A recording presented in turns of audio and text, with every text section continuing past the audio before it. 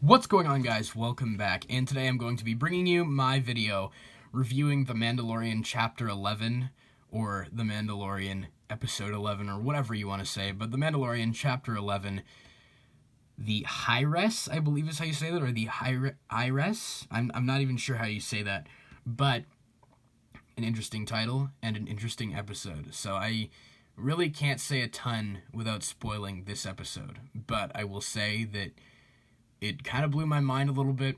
It had a lot of surprises, and they're really getting the plot moving. So I'm not going to do a recap this time. Last time I did a recap, and I just don't want to make these videos overly long. So I'm not going to do a recap of the episode. Basically, all you need to know is the Mandalorian goes to the destination that he was planning on going to since the beginning of the last episode. He gets there and meets some people, and I'm not going to say who he meets, but he meets some people, helps them out, and gets on his way to find the Jedi at the end. So that's all of my non-spoiler, well, I mean kind of light spoilers, but I didn't really give you any in-depth stuff about who the characters are. So let's talk about it. Holy crap, Bo-Katan is in the show. Really big surprise there. It was cool to see Katie Sackhoff actually play the role physically, not just voice her. Really great, because you don't usually see that, and we won't be seeing that with Ahsoka, so that was cool. She looks like the character, she does a good job, she plays her well, and it was just, for like an introduction into live action for that character, I couldn't have really asked for a better episode or a better way to introduce that character into live action, so good job with Bo-Katan. And there was a lot of cool stuff in this episode. I liked that we were able to see the Mandalorian acting more in character, acting brave, acting heroic, running into all the blaster fire to take out the stormtroopers. That was cool.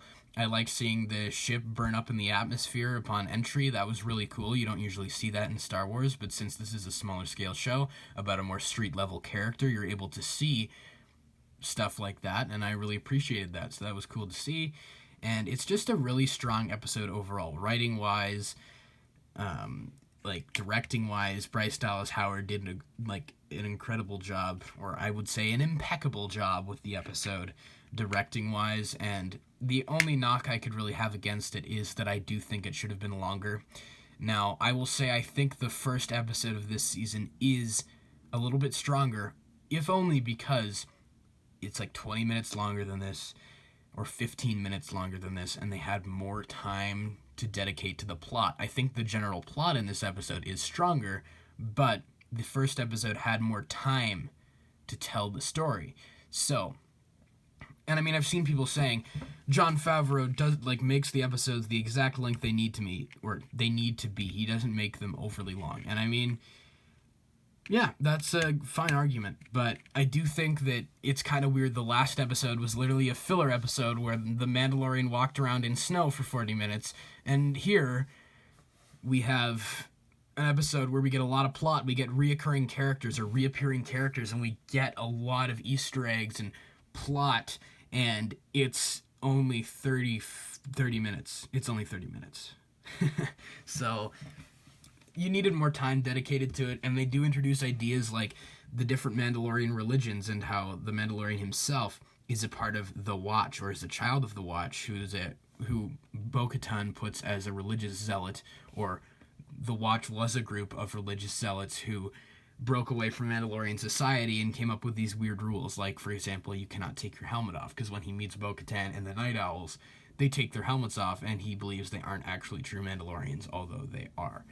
So that was cool, but they should have given more time to it, and it doesn't make a ton of sense to me because Bo-Katan herself was a member of the Watch, as she puts it, or Death Watch during the Clone Wars, because we know Din Djarin was inducted into Death Watch as a child from the flashbacks in Season 1 where the Mandalorians that rescue him have the Death Watch insignia on their armor. So in the Clone Wars, we see them take their helmets off all the time, so that's a little weird, but I suppose new rules could have been invented over time, so it doesn't bother me that much, although I do wish that they could have dedicated more time to exploring that, but I'm sure we'll probably see more exploration of that in future episodes or future seasons.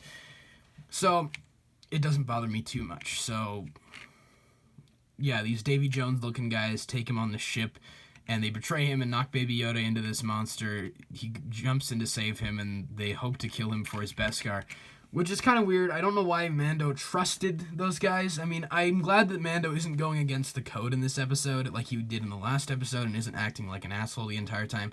My apologies for my language, but he was being an asshole in the first episode, or in the last episode.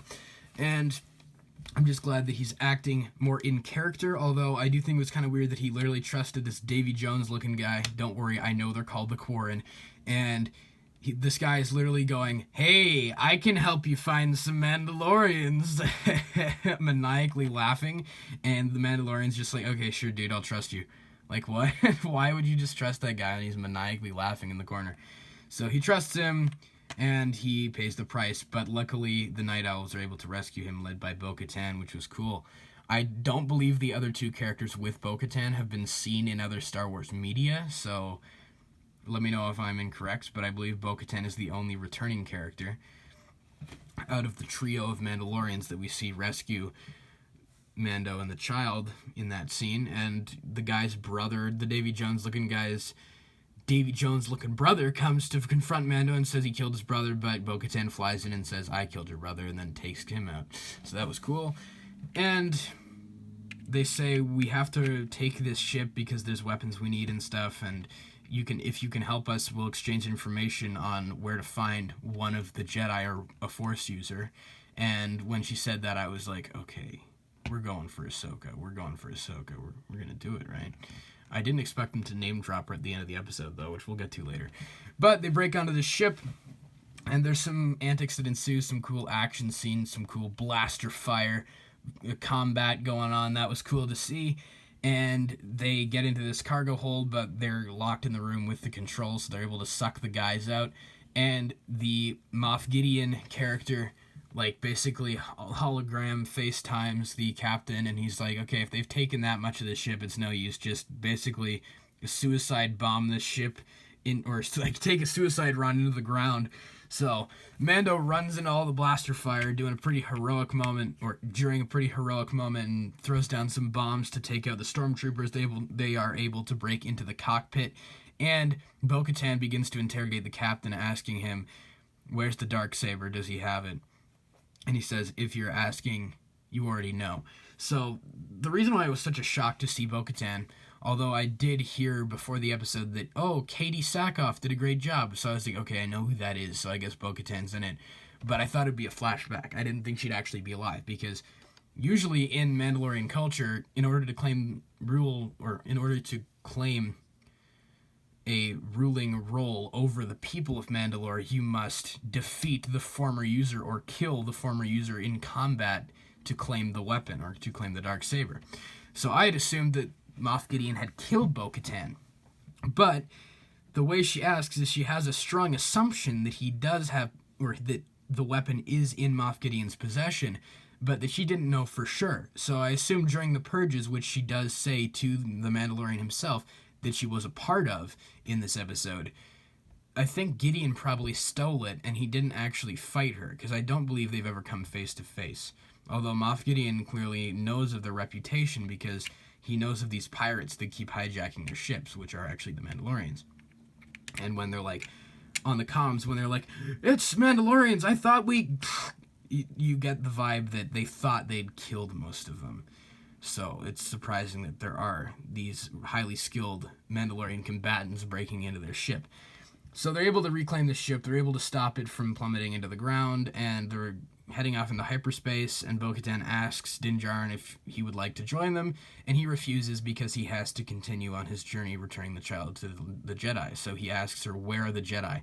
And she says, "Go to this forest moon and find the lost city of Corvus or something, and there you will find Ahsoka Tano."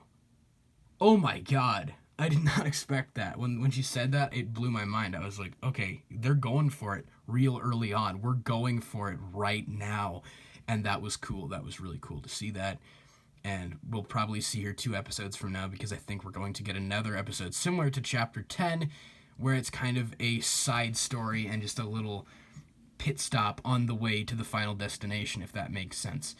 So, but Bo-Katan does say that the offer is open if you would like to return and help us on our mission. So Bo-Katan is going after Moff Gideon. and we're possibly going to see that in the future.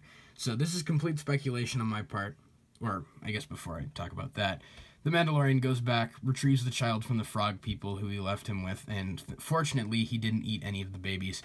And they're able to head off, in the Razor Crest, which has been fixed by some Mon Calamari, and it's literally falling apart, and you can see chunks of the ship falling off as they jump to hyperspace to find Ahsoka Tano. So I do think this is complete speculation on my part that the child, since we see in the trailers that the Mandalorian and his buddies from the first season are breaking into what looks like an Imperial base, he's going to recruit his buddies from the first season as well as Ahsoka Tano after the child has been captured by the Empire.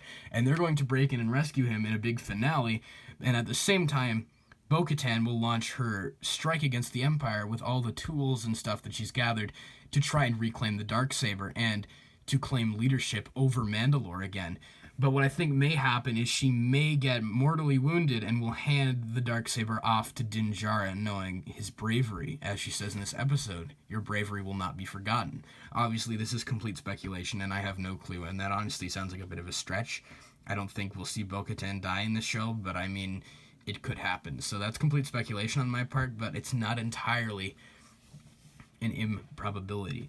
So that's pretty much it on my thoughts on the episode. It was cool to see Bo-Katan. I thought the writing was strong. We got to find out more about the Mandalorians, and we finally got the plot going, which I think is really good, and it reminds me a lot of the first season with Chapter 3 of the first season, where we finally got to see the plot going, or we finally got an idea of where the plot would be going, and that's the episode that really got me excited, and that remains my favorite episode of the show.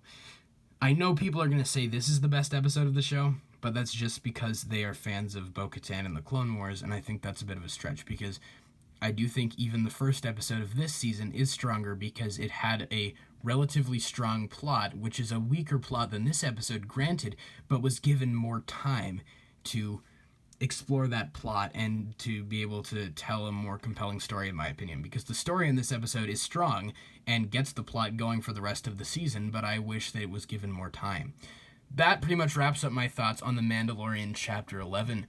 Please let me know all your thoughts in the comments below on The Mandalorian Chapter 11 and what you thought on my review, or what your thoughts were on my review in the comments as well. And I hope you guys have a great day. Take care.